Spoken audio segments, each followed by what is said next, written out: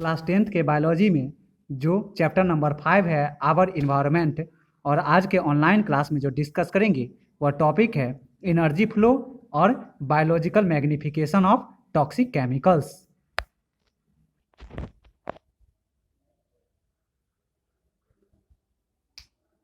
हम बात करेंगे आज के ऑनलाइन क्लास में, वह टॉपिक है एनर्जी फ्लो और biological magnification of toxic chemicals के बारे में आज के क्लास में हम लोग डिस्कस करेंगे।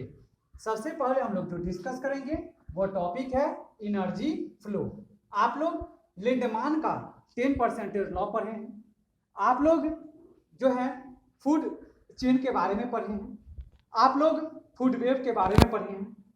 मीन्स दैट ये सभी जो होते हैं वह हमारे वन ऑर्गेनिज्म को अनदर ऑर्गेनिज्म से जो कनेक्टेड करने का जो काम करते हैं उसका सिर्फ और सिर्फ base as a food relation होते हैं। इसका सिर्फ और सिर्फ बेस क्या होते हैं? एज अ फूड रिलेशन होते हैं। मीन्स दैट कहेंगे कि एनर्जी जो क्या होते हैं कंटिन्यूटी फॉर्म में, कंटिन्यूअसली रूप में वह पास्ट होते हैं। एनर्जी जो कंटिन्यूअसली रूप में पास्ट होते हैं वह कहाँ से होते हैं? सन से होते हैं, क्योंकि हम लोग जानते हैं कि सनलाइट यानी सोलर एनर्जी और वही हमारा कन्वर्ट होते हैं एज अ केमिकल एनर्जी के रूप में होते हैं, जब प्लांट उस सोलर एनर्जी को अपटेक और गेन करने का काम करते हैं एज ए एनर्जी के फॉर्म में। यहाँ पे हम कहेंगे कि एनर्जी जो कंटिन्यूटी रूप में पास आउट होते हैं तो हमारे शुरुआत सनलाइट से होते हैं, फिर प्रोड्यूसर से होते हैं, फिर हमारे प्राइमरी, सेकेंडरी और टर्शियरी यानी टॉप कंज्यूमर्स तक होते हैं, और फाइनली ये डिकम्पोजर्स तक होते हैं। क्या होते हैं? एनर्जी फ्लो होते हैं। किस फॉर्म में होते हैं? एज ए कंटिन्यूटी फॉर्म में होते हैं। कहाँ पे होते हैं? हमारे इस इकोसिस्टम में होते हैं। किसका होता है? तो 10% लॉ जो एवरेज एस्टिमेशन माने जाते हैं उसके अकॉर्डिंग एनर्जी का transfer one organism to another organism में होते हैं। किसके लिए होते हैं? ऑर्गेनिज्म के लाइफ को सर्वाइव कराने के लिए होते हैं। बट 20 to 30% भी एनर्जी ट्रांसमिट कर सकते हैं, क्योंकि 10% जो होते हैं वह एज एवरेज माना जाता है, जबकि 20 to 30% भी हमारे एनर्जी का ट्रांसमिशन होते हैं। कहाँ पे होते हैं? तो one organism to another organism पे होते हैं, जब organism as a food materials के लिए एक दूसरे पे डिपेंडेबल होते हैं तब। अब अगर हम बात करेंगे तो मूवमेंट का, तो हम कहेंगे कि एनर्जी फ्लो का जो मूवमेंट होता है वह किस फॉर्म में होते हैं? एज अ यूनिडायरेक्शनल मोड में होते हैं। मीन्स दैट कहेंगे कि सिंगल डायरेक्शनल भी फूड चेन होते हैं, और फूड चेन जो सिंगल डायरेक्शन मोड में वन ऑर्गेनिज्म को अनदर ऑर्गेनिज्म से इंटरकनेक्टेड करने का काम करते हैं, जिसके कारण कह सकते हैं कि वन ऑर्गेनिज्म दूसरे ऑर्गेनिज्म पे डिपेंडेबल भी होते हैं, और साथ साथ एनर्जी का ट्रांसमिशन और फ्लो कंप्लीटली यूनिडायरेक्शनल फॉर्म में फूड चेन को ही फुलफिलमेंट करने का काम करते हैं।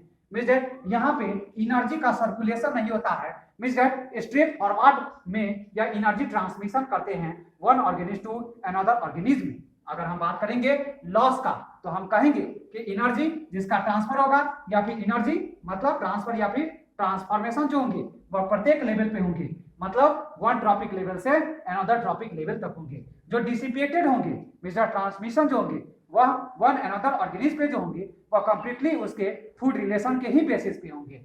अदर कोई रिलेशन जो होंगे वह फूड रिलेशंस के अलावा ऑर्गेनिज्म का उस पे यह एनर्जी ट्रांसफर डिपेंडेबल नहीं होंगे। अगर हम बात करेंगे पूल का, पूल में एनर्जी पूल का, तो हम कहेंगे कि यह एनर्जी पूल मतलब वन ऑर्गेनिज्म और अनदर ऑर्गेनिज्म जिसपे एनर्जी ट्रांसमिशन होते रहते हैं, हम कहेंगे यह हमारे अर्थ पे एग्जिट नहीं करते हैं। अगर हम इसके अलावा नेक्स्ट टॉपिक की बात करेंगे तो एज अ बायोलॉजिकल मैग्निफिकेशन का, किसके लिए? एज अ हार्मफुल केमिकल्स के लिए। हम कहेंगे कि टॉक्सिक केमिकल्स जो नंबर में होते हैं, मींस दैट यह टॉक्सिक केमिकल्स जो क्या किए जाते हैं तो प्लांट्स को मतलब क्रॉप प्लांट्स को प्रोटेक्शन के रूप में भी यूज किए जाते हैं। टॉक्सिक केमिकल्स का हम लोग क्या करते हैं? डिफरेंट टाइप का पेस्टिसाइड्स का, डिफरेंट टाइप्स का वीडीसाइड्स का, या फिर हम कह सकते हैं कि फ्रूट सेटलिंग के लिए जो है सो स्प्रे, या फिर हम कह सकते हैं कि जो है सो अनवांटेड टाइप के प्लांट्स को डिस्ट्रॉय करने के लिए जो स्प्रे करते हैं जो नेचर में टॉक्सिक होते हैं। और इस तरह के केमिकल्स जो क्रॉप प्लांट्स को प्रोटेक्ट कराने का काम करते हैं वह किससे करते हैं? इंसेक्ट से करते हैं, फंगस से करते हैं, बैक्टीरिया से करते हैं, बैक्टीरियल पैथोजन से करते हैं, और पेस्ट से करते हैं। मींस दैट कहेंगे कि जो biological control of paste and pathogen जो होंगे वो कंप्लीटली वो टॉक्सिसिटी होंगे और क्या करेंगे तो क्रॉप्स को डिस्ट्रॉय कर देने का काम करेंगे। जैसे कि एग्जांपल के रूप में लेंगे, अगर क्रॉप प्लांट्स जिस पे अगर हम डायरेक्टली स्प्रे करें पेस्टिसाइड्स या विडिसाइड्स का, सबसे पहले तो उसको सॉइल एब्जॉर्ब करके सॉइल पॉल्यूशन प्रोड्यूस आउट करेगा। फिर इस क्रॉप प्लांट्स पे जो टॉक्सिक केमिकल्स को स्प्रे करे उससे क्या होंगे, मैन जो होगा उससे क्या होंगे, अफेक्टेड होंगे। कैसे होंगे, जब हम इस तरह के क्रॉप प्लांट्स जो ग्रेन्स हो, वेजिटेबल्स हो या फिर फ्रूट्स हो, उसको जब जैसे ही खाएगा ये क्रॉप प्लांट्स को मैन, वैसे ही वो अफेक्टेड हो जाएंगे। दूसरा आता है ग्रास। ग्रास यानी फॉडर यानी चारा, उसको खाएंगे शीप या फिर गॉट या फिर खाएंगे कैटल। किस रूप में, फॉडर चारे के रूप में। या ग्रास जो कहाँ उगेगा, सॉइल में, एब्जॉर्ब क्या किए हुए रहेगा, टॉक्सिक केमिकल को किए हुए रहेगा। कहाँ पे जाएगा, मैन में जाएगा। मैन जब गॉट का, शीप का, कैटल का, मवेशी का जब क्या लेंगे या मैन, उससे जब दूध लेंगे या फिर उसका मीट प्रोडक्ट खाएंगे तो क्या मिलेगा उनके बॉडी को, मैन को, तो टॉक्सिसिटी मिलेगा। इसके अलावा अगर हम बात करेंगे अलगी, जो फाइटोप्लैंक्टन मींस दैट वाटर में उगने वाला प्लांट्स हैं, जो इसको अपटेक करने वाला कौन होगा, खाने वाला जूड प्लैंक्टन, किसके फॉर्म में, एज ए फाइटोप्लैंक्टन के रूप में। और इसी को खाने वाला कौन होंगे, फिश होंगे। किस फॉर्म में खाएंगे, एज ए फूड मटेरियल्स के रूप में खाएंगे। कौन खाएंगे, फिश, जू प्लैंक्टन को खाएंगे। इसी फिश को जो खाएंगे कौन खाएंगे, मैन खाएंगे।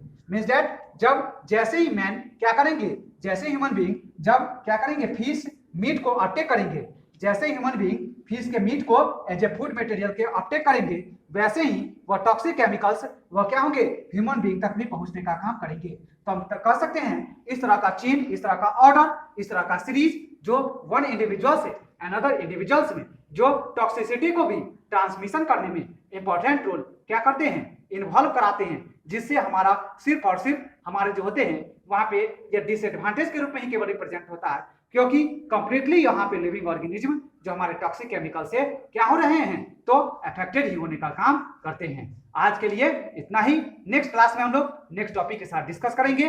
Thanks, have a nice day.